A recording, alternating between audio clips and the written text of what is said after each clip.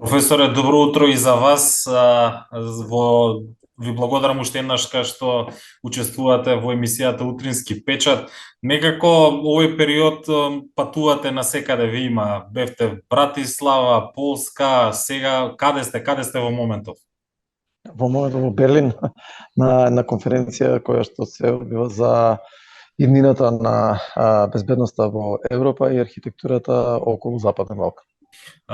Како и да е вашето патување не ограничува да направиме една неделна или седмична анализа на случувањата нели околу нас во безбедносниот сектор, светот и пошироко и поглобално. Професоре, на почетокот би сакал да ве запрашам околу една информација која излезе вчера фактички во медиумите.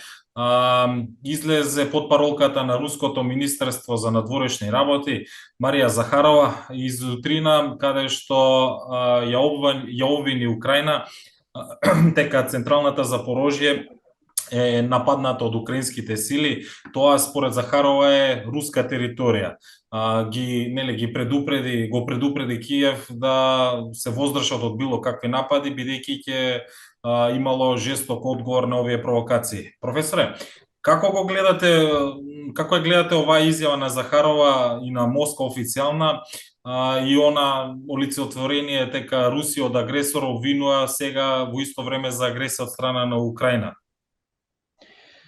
Тоа е генерално, ако се сеќавате, пред неколку недели разговаравме за ова кога беа референдумите и кажавме дека овој инженеринг всушност ќе продуцира вакви изјави, односно вакво однесување.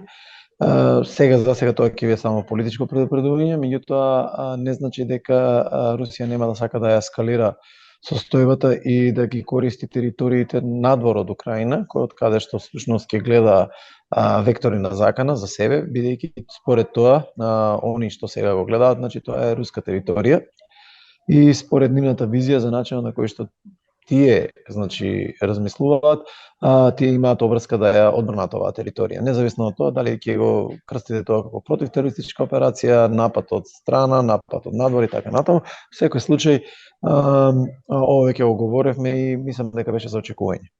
Мислите дека нешто може, говоревме малтене се на овие теми, дека конкретно може да преземе руската страна во однос на оние територии кои што беа прогласени за руски по референдумите? Ова е некој најнов сигнал од нивна страна? Тие сега всушност мора и пред руската јавност да покажат одговорност и лидерство, а тоа е да ја заштитат таа територија која што сметаат дека е нивна. Иако дури и според меѓународното право тие се обврзани како окупатор, значи независно од тоа дали сега ќе го признаете или нема да го признаете тоа, како окупатор се должни да владеат со таа територија и да преминуваат одредени закони, да воспостават јавен ред и мир. Но од друга страна пак тоа не го спречува населението на бунт, на побуна и да бара да си ја заврати територијата назад. И тука тоа се тие конфликтни норми кои што всушност околу кои ќе се кршат копијата, но дали ако конкретно зборуваме за тоа дали Русија ќе сака да го ескалира ова врз трети страни, зборуваме за партнерите кои што ја поддржуваат Украина, тоа пред се ќе зависи од ризикот кој што тие ќе го искалкулираат, бидејќи оно што сега го гледаме е дека Русија мака мачи со украинските сили, било каква ескалација надвор од таа територија може да донесе последици кои што каскадно може да се јават како реперкусија или непредвидливо. Или може да се јави обратна ситуација, да Русија преку коерсивни мерки, значи преку вакви употреба на сила, всушност одврати натамошно враќање и натамошна поддршка на Украина од страна на дел од европските држави, што е многу малку за верување. Така. Професоре, минатата емисија говоревме нели за она стратегија за национална безбедност на САД и поместувањето на тежиштето во Пацификот во однос на случувањата на Кина со САД и нели тензиите измеѓу овие две земји. Денеска, поточно вчера, во тој предел Русија, иако не е поврзана со САД во моментов и тензиите со Кина, распореди одбранбен ракетен систем на Курилските острови, кои се во близина на Јапонија. Историјата на овие острови е многу поодамна, дури влечат корени од Втората светска војна. Па ме интересира, професоре, помалку или повеќе тежиштето некако на глобалната безбедност се од слика, односно се префрла полека во Пацификот. Тензиите растат, па ме интересира едно ваше гледиште, нели, да го ставиме на страна кинеско-американските тензии во Пацификот. Која е улогата сега на Русија во тој дел од светот, ако се знаете дека во исто време, нели, Русија војува со Украина во Европа? Значи, на ова може да гледаме на два начина. Прво едното е она класични руски интереси, во кои што секогаш таа била регионален хегемон, кој во тој дел од светот имал проблеми, како што добро кажавте, со Јапонија. То не од сега, пред некоја година исто така имаше обвинувања за нарушување на воздушниот простор, за нарушување на правото на морето и така натаму и така натаму. Но тоа е едната гледна точка и дека тоа може само билатерален однос. Од друга страна, Русија со ова всушност сака да демонстрира и на внатрешен план дека таа сепак е геостратешки актер и дека војната во Украина нема да ја забави во намерите кои што Путин ги објави на почетокот на годината заедно со Кси. Третата можна опција, тоа е најнепосекуваната, и за која се уште нема некои посебни докази, а тоа е дека постои конвергенција помеѓу Кина и помеѓу Русија, да заеднички действуваат во намерата да се спротивстават на она што тие го нарекуваат либерален свет, и за да може да воспостават подобра географска позиција или би се позиционирале со цел, нели, да евентуален расплет или ескалација на односите да може да бидат веќе во поднапред подготвени. Колку сето тоа всушност сега ќе се материализира, нели, не би сакале да шпекулираме, ниту пак сакаме да дојде до такво нешто, посебно заради опасните последици и консеквенциите кои што може да настанат од таквата ескалација на односите или пак расплет на односите, но она што е битно да се потенцира е дека ова дефинитивно само ја потврдува реториката, но и предпоставките кои што ги има постојано на почетокот на градење на овој форум, а тоа е дека позиционирањето и геополитиката се врати во секоја сфера и во секоја пора на живењето. Тоа не се одликува само на безбедноста и опасноста или сигурноста, туку во економијата, индустријата, развојот, иновативноста и така натаму и така натаму. Професоре, се распленува ли Русија на сите страни, колку е возможно таа да го чини тоа? Еве, сега ги коментираме случувањата во близина на Јапонија, Украина. Ме интересира што станува со Калинград, случувањата околу оваа стратешка позиција руска во Европа се се бележат секојдневно во медиумите. Која е вашата проценка за ова руско стратешко место во срцето на Европа? Што мислите да се случува овдека? Може ли да се очекува некое размрдување во оваа позиција во Европа? Мислам дека за сега европјаните немаат храброст тоа да го прават и можеби е добро да не го прават тоа, затоа што Калинград како прво, значи, не представува за сега проблем за Европа, но е сериозен, како да кажам, стратешки јазов за Русија. Тоа би можело да се прави ако, не дај Боже, некаква си опција или варијанта тргне да веќе влезат во директен конфликт Русија и трансатлантските сојузници, односно НАТО, и доколку со тоа всушност дојде до некаква си ескалација. Видовме дека Литванија се обиде да направи некаков прекин на дозвола на трансфер и на експорт и на импорт, односно извоз-увоз. Видовме дека дел од балтичките земји исто така беа гласни за тоа, но видовме дека тешкашите, оние кои што всушност може да ги повлечат ваквите стратешки потези, за кои што дадат логистиката, ресурсите, силата и така натаму, некако се воздржани во овој, како се вика, и би рекол разумно воздржани во таквите напори, бидејќи предсметките или проценката на ризикот е дека се уште за сега Калинград не представува стратешка опасност која што Русија би можела да ја користи како лансерна точка од каде што ќе врши напади. Дополнително на овоот и анализите кои што се прават на лошата логистика, координацијата и пред се комуникациите кои што постојат во рамките на руската оперативна сила, тоа е пред се во капацитетите да војувате здружено. Доколку сакате Калинград да го гледате, ви треба да гледате од здружен аспект, тоа е од аспект на копно, вода, воздух и евентуално сајберпросторот.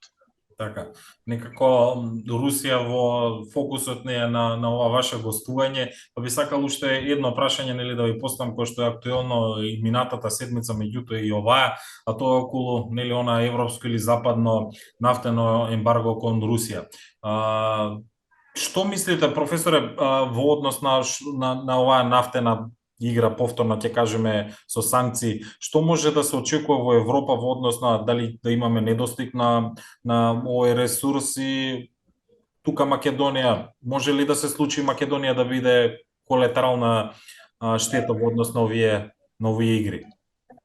Генерално малите и неразвиените земји, односно оние кои што, да кажам, мака мачат да се прикучат кон светските трендови или кои што имаат лоша стратегија генерално воопшто за дали за енергетска политика, дали за сајбер или економска политика, страдаат во вакви случаи или пак остануваат, значи, да бидат дел во целото јато кој што ќе го зафати, значи, како реперкусија.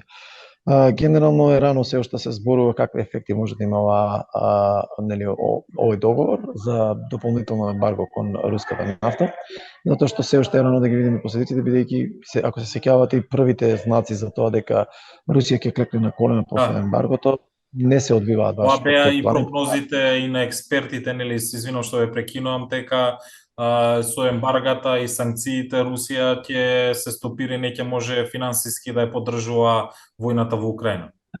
Многу битно е кога ги применувате таквите инструменти на моќ да видите дали амбиентот или рамката во која ги применувате е применлива. Тоа значи проблемот со Русија е што Русија всушност има капацитет да му се спротистави на системот и амбиентот во кој што вие го применувате, а тоа е либерално доминиран свет.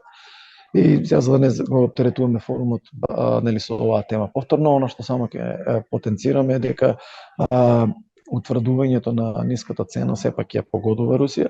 Ова, како што знаеме, Зеленски го негираше, тој сакаше уште пониска цена, меѓутоа најверојатно балансот, бидејќи очекуваат повратен ефект за европските лидери од ова, посебно со визави новите, да кажеме, план за спас од рецесијата на САД, со кој што апсолутно брутално се исфрла конкуренцијата од Европа од САД, заради што и веќе и Макрон, но и Борел, па и неколку лидери јавно или под анонимност проговорија за тоа дека е нефер во однос на трговската размена помеѓу ЕУ и САД.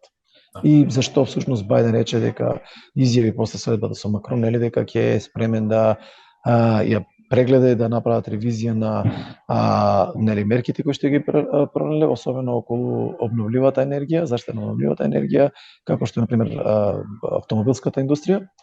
И нели во духот на добра волја и одржување на трансатлантскиот диалог и единство, после средбата со Макрон изјави дека е свесен за гличови, како што ги нарече, или системски слабости на самиот режим кој што го донел и дека е спремен на ревизија. Што тоа ќе значи, затоа реков ќе треба да видиме како и на каков начин ќе се рефлектира во пракса.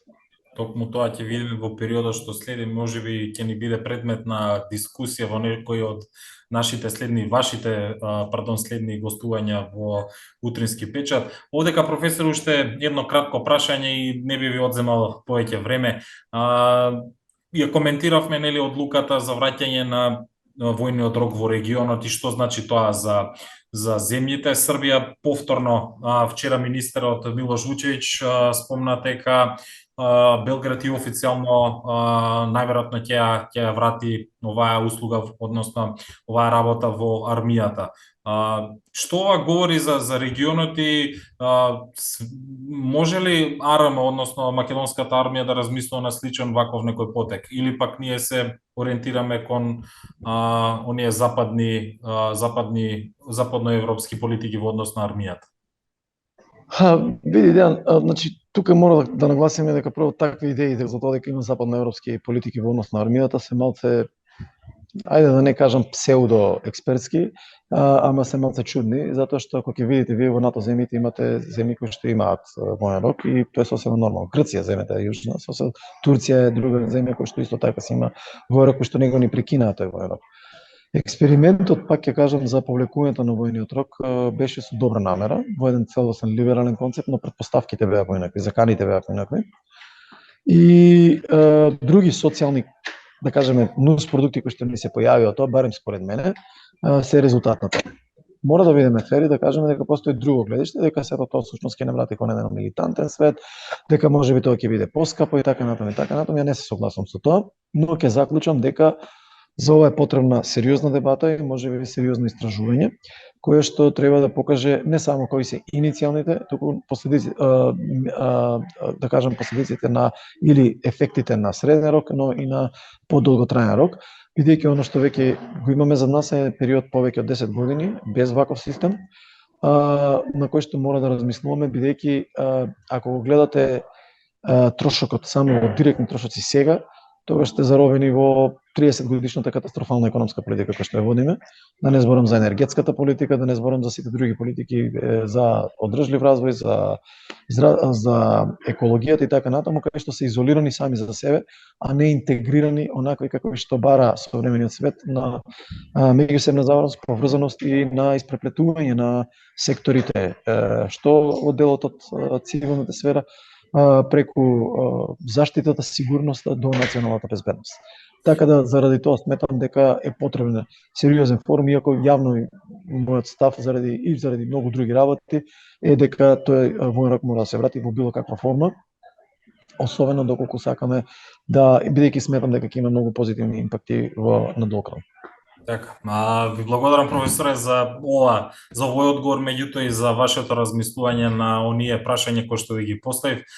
Ви посакувам успешен ден во Берлин, па се гледаме во наредна прилика, се надевам во студиото на Утрински печат. Благодарам.